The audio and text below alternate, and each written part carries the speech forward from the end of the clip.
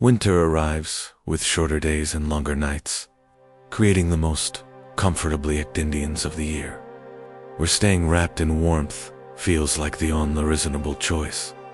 Most people surrender to this seasonal invitation to rest, to hibernate, to wait for spring before attempting anything difficult.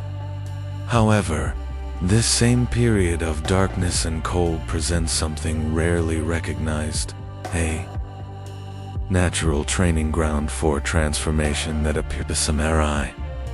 Once each year, the ancient samurai understood winter's unique power for personal development. Miyamoto Musashi would withdraw to mountain caves during winter months to train in complete isolation. The cold, the darkness, and the harsh conditions became his teachers.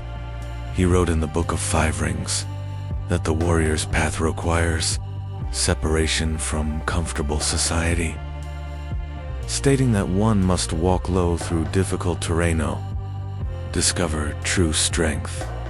Musashi did not wait for perfect conditions to improve himself. He used the harshest season as his training period, because he understood that transformation requires discomfort. Yamamoto Tsunetomo, author of Cure, wrote that the way of the samurai is found in death. This phrase does not mean physical death, but rather death of the weak, comfort-seeking version of oneself. The samurai deliberately chose difficult practices during winter because they knew that a person who emerges from hardship is fundamentally different from the person who entered it. Winter's darkness provided natural cover for this transformation, a time when others rested while warriors sharpened their skills in secret. This concept of seasonal transformation, what we might call a winter arc, recognizes that the season itself critical circumstances for personal change. When social activities decrease due to weather and darkness, when most people withdraw into comfort and routine, an opportunity emerges for those willing to move in the opposite direction. While the majority uses winter as a time to pause their efforts and goals, a small group recognizes this as the perfect moment to accelerate. The same environmental factors that others use as excuse become advantages for those who understand how to use them. The first requirement for those transformation involves with samurai Kaladas planned invisibility, deliberately reducing visibility in social spaces to create room for focused work. When Musashi disappeared into the mountains, no one knew what he was doing or why. He emerged years later as a completely different person, and then did the results speak. This approach does not mean abandoning relationships, but becoming selective about where he add in shin and energy flow. Social gatherings that exist primarily to pass time, endless conversations that led nowhere, and activities that distract from important work all fade into the background. Research in psychology confirms that environment shapes behavior more powerfully than willpower alone. If we try to transform while maintaining all the same social patterns, physical spaces, and daily routines, we essentially ask ourselves as to become different while everything around us stays the same. This creates constant friction. The samurai understood this instinctively, which is serious training. How involves physical or mental separation from normal life.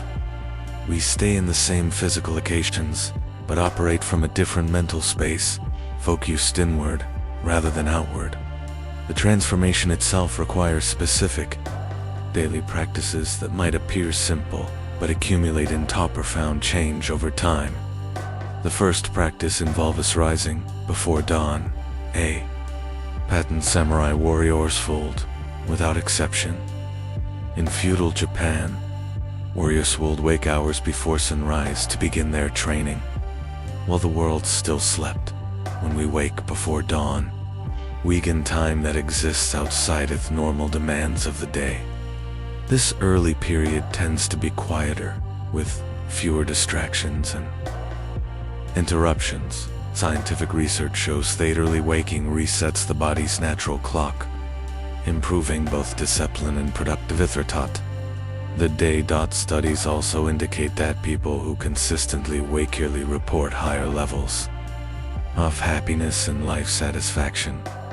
The difficulty with early waking lies not in the action itself, but in the moment of decision. When the alarm sounds, the brain immediately begins generating reasons to delay, to rest a few more minutes, to start tomorrow instead. Instead, a useful approach involves removing the thinking step entirely. The alarm sounds, the body moves. No pause for consideration. This direct action bypasses mind's tendency to negotiate and compromise. Suni Tomo wrote in Hagakure that matters of great concern should be treated lightly, meaning we should not overthink simple actions. Just move. Cold exposure represents an author practice deeply rooted in samurai tradition. Warriors practiced Mizagi, a purification ritual involving standing under freezing waterfalls during winter months. This practice was not about cleanliness, but about breaking spirit's attachment to comfort. Every session under icy water became a small victory over a part of oneself that always chooses the easy path. Beyond this cyclical befts, cold exposure triggers the release of norepinephrine, a chemical that improves mood and mental alertness. Wim Hof, a modern practitioner Samis, called the Iceman, developed his famous cold training methods after experiencing deep personal tragedy. He discovered that cold water somehow provided relief and began training his body and mind to withstand extreme temperatures.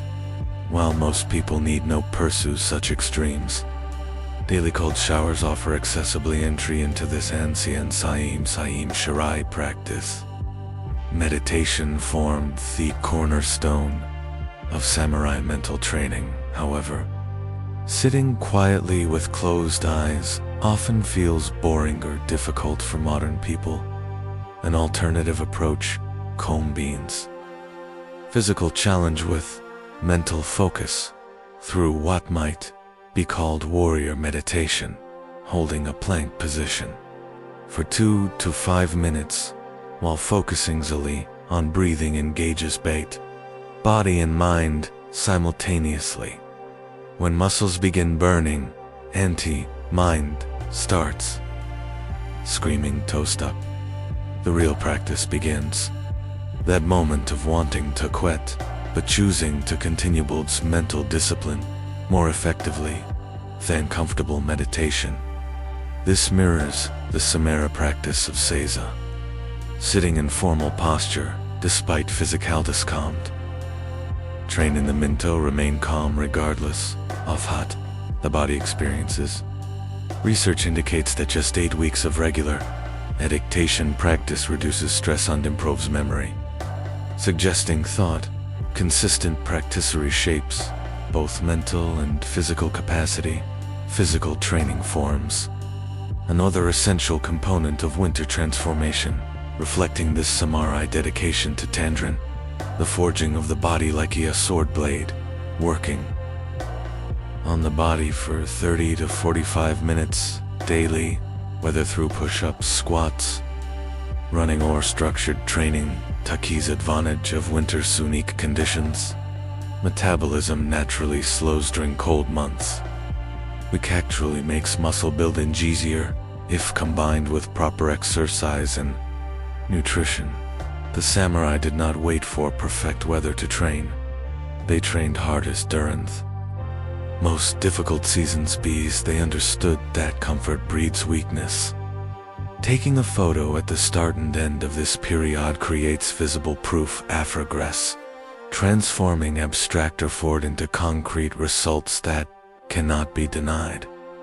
Sleep quality determines morning energy, creating a cycle that either supports or undermines transformation.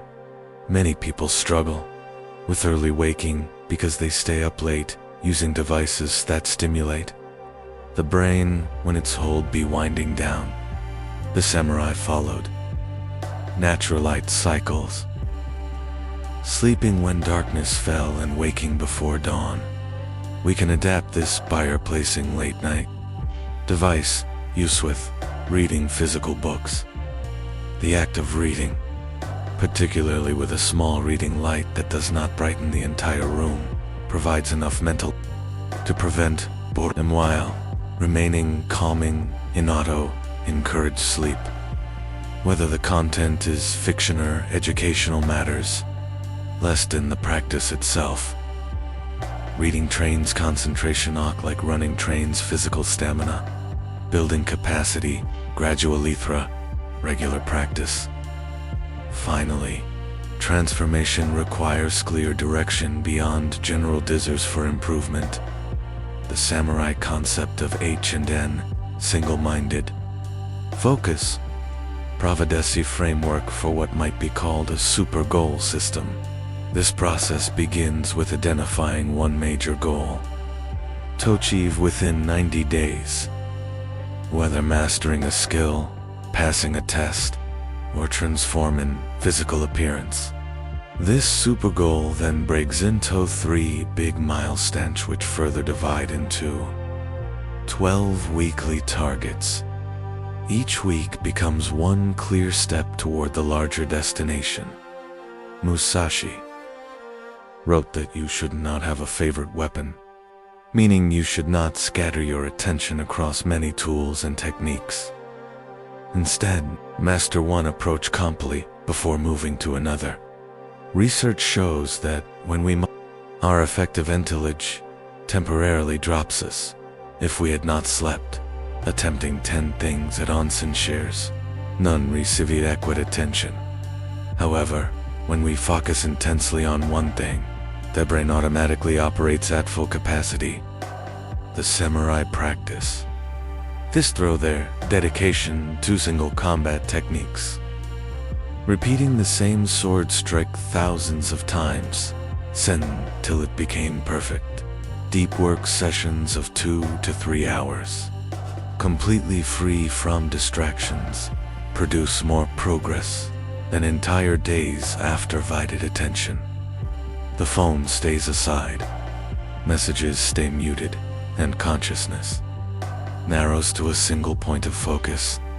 These practices form a complete system rather than a collection of random suggestions. Much like the samurai, Bushido Code provided a complete framework for living. Rising early creates time, cold exposure builds. Mental toughness. Warrior meditation develops. Focus. Physical training forges the body. Reading improves sleep quality. And the super goals stem provides clear direction through each and end. Together they address different aspects of the Sama transformation, reinforcing each other rather than competing for resources.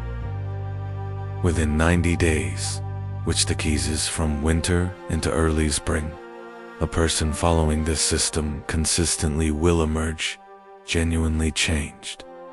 The samurai call this process Suju, intense training that transforms character. When spring arrives, another seam. From there, Hibernesian Estes, those who embrace the winter arc will have become fundamentally different, carrying the discipline and strength that only winter's darkness could forge. And write in comments that I will utilize this winter arc properly. Thank you for watching.